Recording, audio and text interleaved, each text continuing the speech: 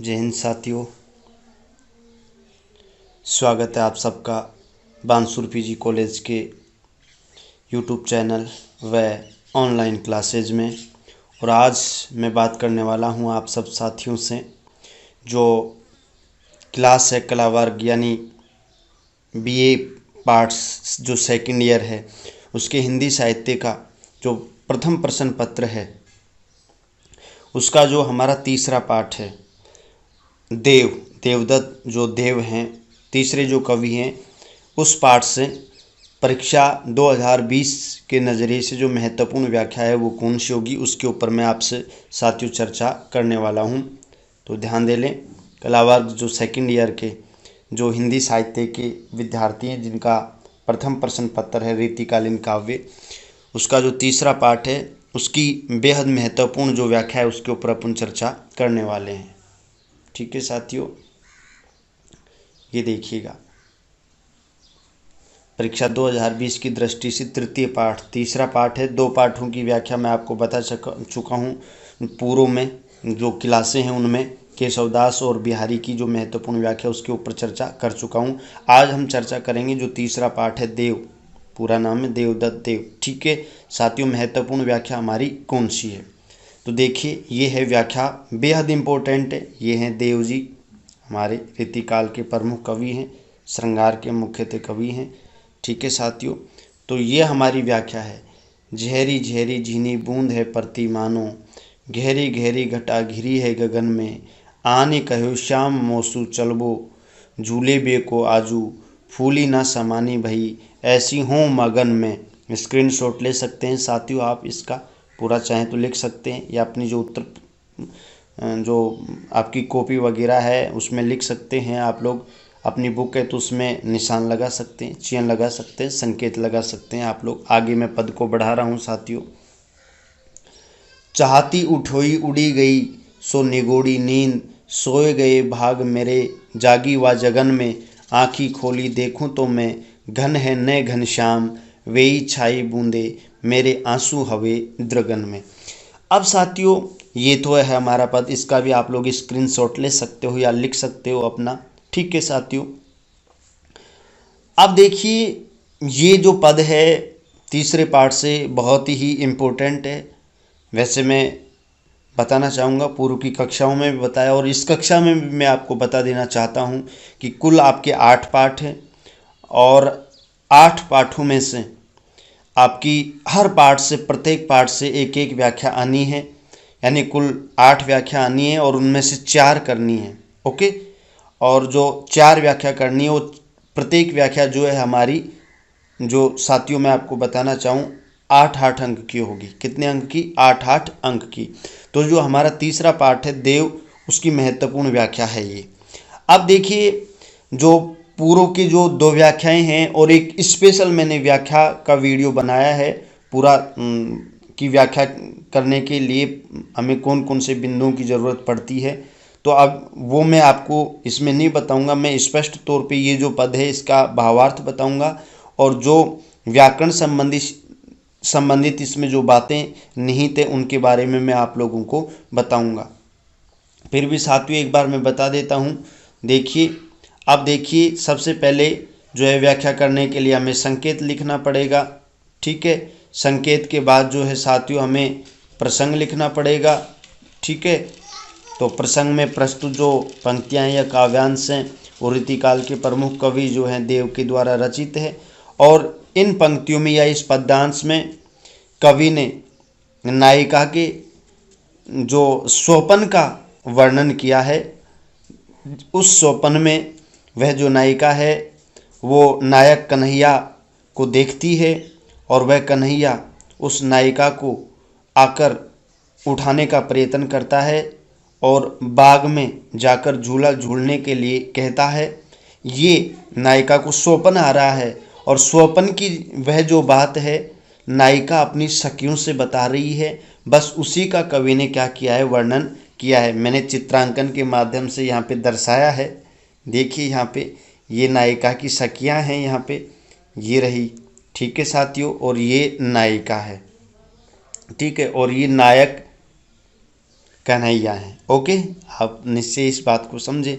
तो जो ये नायिका है, ये नायिका जो है अपने स्वप्न में जो भी इसके साथ घटना घटित हुई, जो भी इसको स्वप्न में दृश्यमान हुआ, इसको दिखाई दिया, उस सब का ये विवरण, उस सब बातों का हालचाल जो है ब्यौरा ये अपनी सखियों को दे रही है कि ये मेरे साथ घटित हुआ है साथियों। बस उसी का इस व्याख्या में क्या किया है, वर्णन किया गया है। मैं बैक लेके चलता हूँ। तो देखिए, झहरी झहरी झीनी बूंद है प्रति मानो।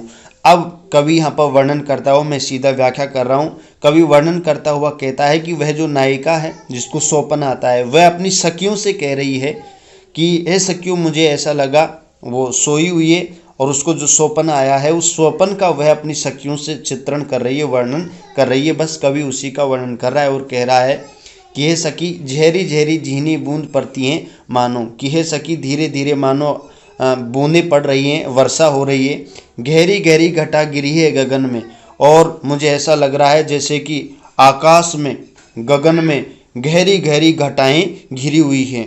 ठीक है। और उस ऐसे सुहावने मौसम में आनी कहो आकर कहा श्याम मौसू, श्याम ने मुझसे चलिबो झूलेबो को आज।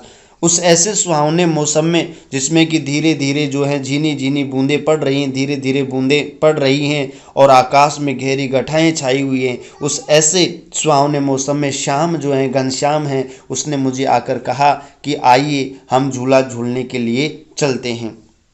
फूली ना समानी भई ऐसी हो मगन में। अब वो नायिका कहती है कि जब मैंने कन्हैया की ये बात सुनी तो मैं अपने हृदय में फूले नहीं समाई, यानी मैं अत्यधिक प्रसन्न हो गई, मैं मग्न हो गई।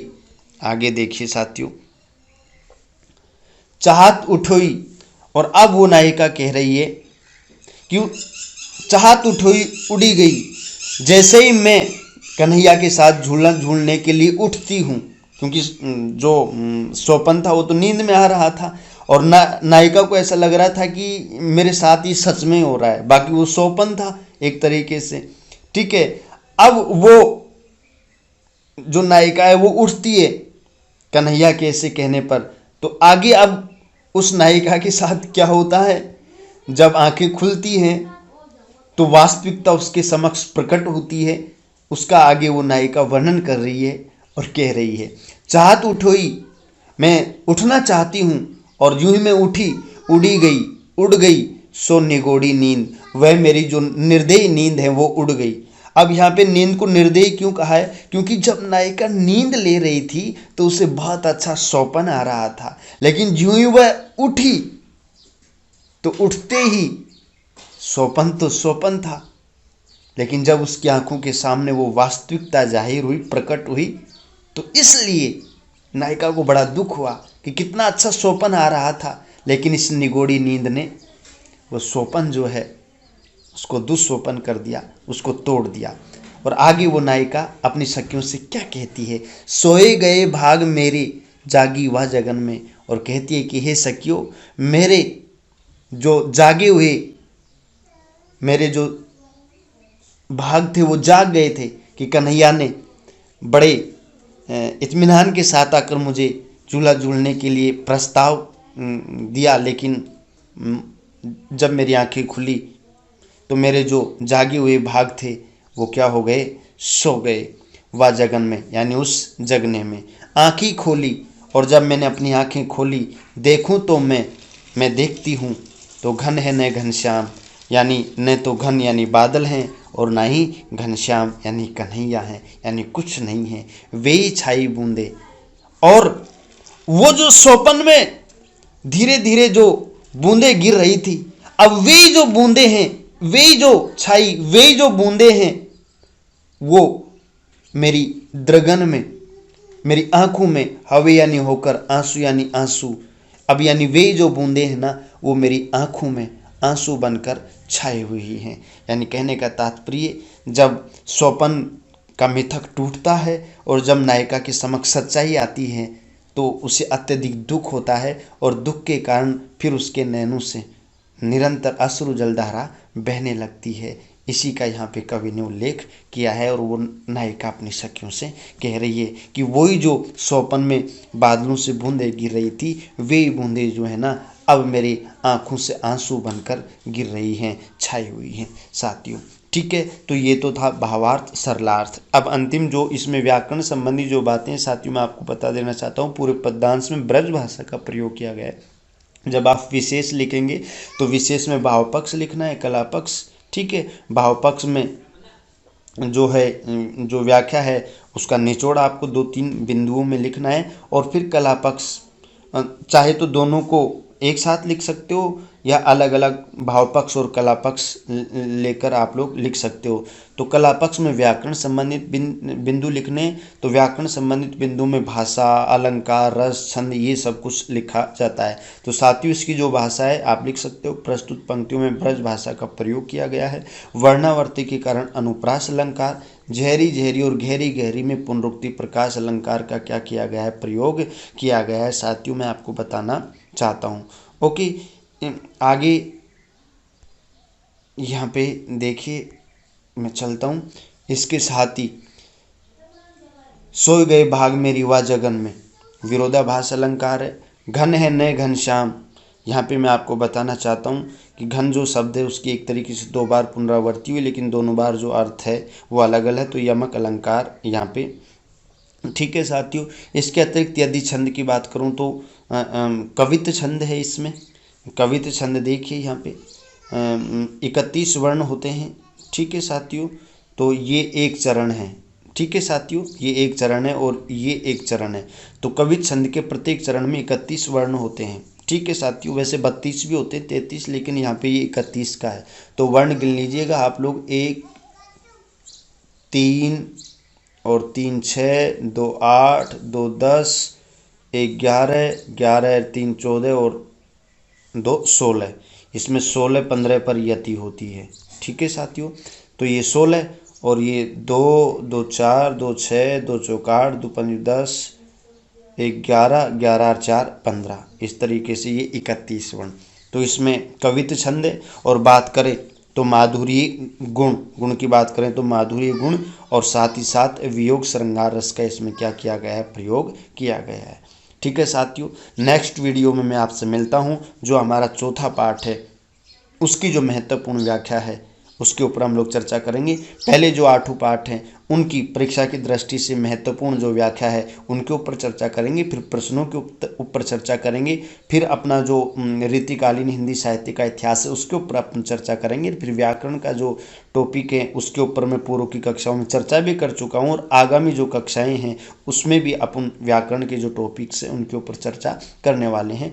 तो आप लोग बानसूर पीजी कॉलेज के यूट्यूब चैनल को सब्सक्राइब करें, बेल आइकन को दबाएं, जिससे कि आपको आगामी कक्षाओं का नोटिफिकेशन मिलता रहे। आप अपनी तैयारी में जुट जाएं, निश्चय ही आप लोगों के एग्ज़ाम होंगे। और सरकार ने और यूनिवर्सिटी ने अपना जो नोटिफिकेशन है वो भी जारी कर दिया है। तो आप इस भ्रम में कतई ना रहें कि हमें अगली कक्षा में प्रमोट कर दिया जाएगा। आप लोग अपनी मेहनत करें। जय हिंद, जय भारत।